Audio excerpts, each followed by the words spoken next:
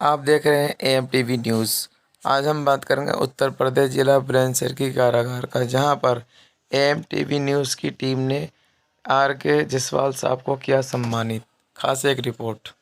जिला बुलंदशहर कारागार के अंदर यहाँ हमारी मुलाकात सुपरिटेंडेंट साहब से हुई। सर, आप अपना पहले परिचय दें, आप मेरा नाम बताएं। आपको सब हमारे दर्शक इस टाइम में देख रहे हैं।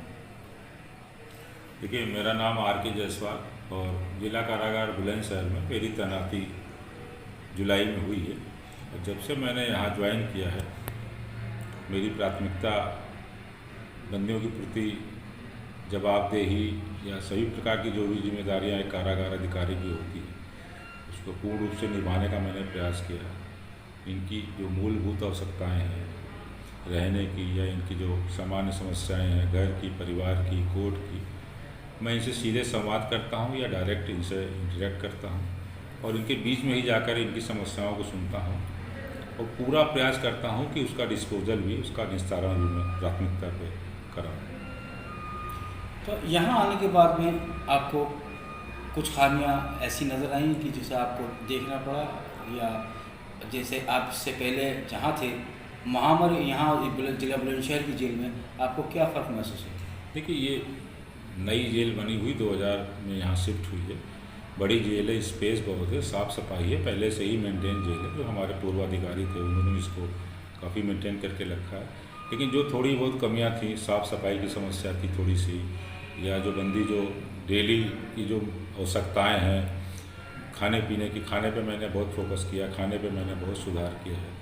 या जो बंदी जो नित्य क्रिया रोज़ करते हैं उसमें जो चीज़ें कमी थी, पानी की समस्या उसमें थी, या कुछ जो और कमियां थी कि साफ़ सफाई रहे, उस पर विशेष फोकस मैंने किया है।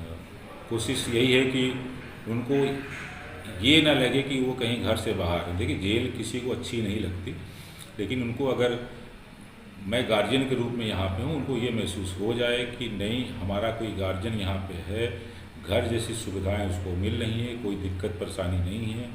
घर की, परिवार की जो भी समस्याएं उसको सुन करके हम लोग उसको ठीक ढंग से निपटा लें, समय से निपटा लें। और कोशिश मेरी यही रहती है कि प्रशासनिक व्यवस्था को मेंटेन करते हुए इनको एक घर जैसा माहौल हम दे सकें। तो आप इसके अंदर कितने कामयाब हुए हैं? देखिए, हम जहाँ भी रहे, आपको बता दूँ, लगभग मेरी 30 वर्ष की सेवा हो चुकी है और इस सिद्धांत पे मैं हमेशा चला हूँ, तालियां दोनों हाथ से बजती। प्रशासनिक व्यवस्था को मेंटेन करने के साथ साथ जो हमारे यहाँ पे बंदी भाई हों, चाहे पुरुष हो, महिला हो, बच्चे हों, उनके सुख दुख में शामिल होकर के नौकरी जब मैं करता हूँ तो बड़ा आनंद आता है और उनको भी एक घर जैसा माहौल मिलता हो। चाहे कोई पर्व हो, हिंदू का, मुस्लिम का, सिख का, ईसाई का, कोशिश यही रहती है कि उस पर्व में इनको एक घर जैसा माहौल मिले। खाने की जो चीज़ें विशेष रूप से, चाहे ईद हो, बकरीद हो, उसमें उनको सेवइयों की व्यवस्था करानी हो, या जैसे अभी दीपावली का पर्व बीता है तो सभी बंदियों को मैंने एक विशेष भोजन में पूड़ी, हलवा और मटर पनीर की सब्जी स्वयंसेवी संस्थाओं के माध्यम से व्यवस्था करा के, मतलब ये लगे कि नहीं, हाँ, हमारा कोई यहाँ शुभचिंतक है जेल में जो मेरे लिए भी सोचता है। सर, एजुकेशन के लिए क्या सुविधा है इसके अंदर? देखिए, मैंने आपको मैं बताना चाह ही रहा था, एजुकेशन पे भी मैंने बहुत फोकस किया है। पहले इस जेल में कुछ कमियां थी एजुकेशन में। पहले यहाँ से इंटर और हाई स्कूल का प्राइवेट फॉर्म बंदी नहीं भर पाते थे। हमारे यहाँ 2 शिक्षा अध्यापक जिला बेसिक शिक्षा अधिकारी के यहाँ से नियुक्त हैं, वो हैं हमारे जो कारागार के अधिकारी, उनके साथ मिल के मैंने प्रयास किया है कि हाई स्कूल और इंटर का भी फॉर्म यहाँ से भरा जाए। इस बार करीब 22 बच्चों ने, 22 बंदियों ने हाई स्कूल और इंटर का प्राइवेट फॉर्म भरा है। और उनकी फ़ीस की भी व्यवस्था आपको बता दूं कि यहाँ जिला न्यायालय में एक अधिवक्ता महोदय हैं, उन्होंने उनकी फ़ीस जमा की है। उनकी फ़ीस जमा की है, या उनका जो स्टडी का मटेरियल था, शिक्षा की जो किताबें थी, साइंस की हो, आर्ट्स की हो, वो भी उन्होंने निःशुल्क कारागार को उपलब्ध कराई हैं। उसके साथ साथ इग्नू का सेंटर यहाँ पे नहीं, मेरा प्रयास है कि इग्नू का भी सेंटर में इस कारागार पर मैं स्थापित कराऊँ। लेकिन जो प्रोफेशनल कोर्सेज इग्नू के माध्यम से चल रहे हैं, उसमें भी मेरी प्राथमिकता है कि बंदियों का अधिक से अधिक रजिस्ट्रेशन करा करके उसका सेंटर जिला कारागार मेरठ में होता है। करीब 150 बच्चों ने इग्नू में इस बार फॉर्म भरा है विभिन्न प्रकार के प्रोफेशनल कोर्सेज के लिए। उसमें उन्होंने अपने आप को रजिस्टर्ड कराया है और उनको परीक्षा देने के लिए मेरठ में जिला कारागार भेजूँगा।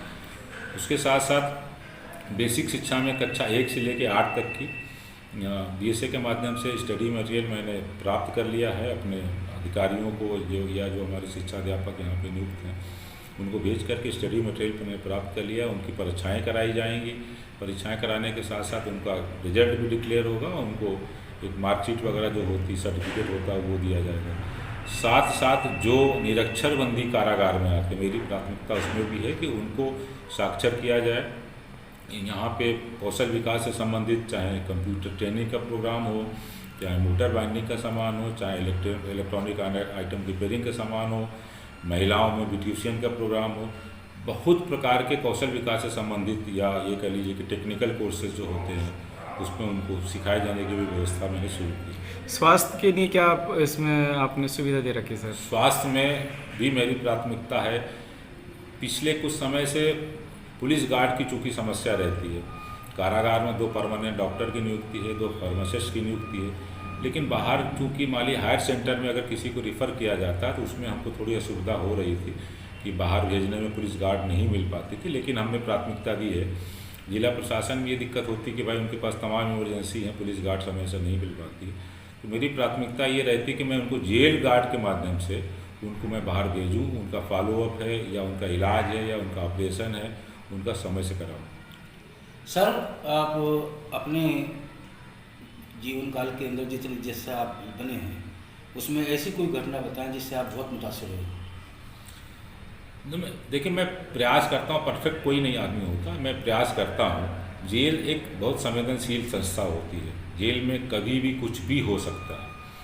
लोग अवसाद में सुसाइड भी कर लेते हैं, या बंदी संतुष्ट नहीं है तो कभी लड़ाई झगड़ा भी हो जाता है, जेल में दंगा भी हुआ है, तमाम प्रकार की चीज़ें होती हैं। लेकिन जब इन सब चीज़ों को आप बंदियों को साथ लेके चलेंगे, उनकी समस्याओं को सुनेंगे या काउंसलिंग करके जो बंदी अवसाद में है उसको आप दूर करने का प्रयास करेंगे तो इन सब समस्याओं से बच जाते हैं।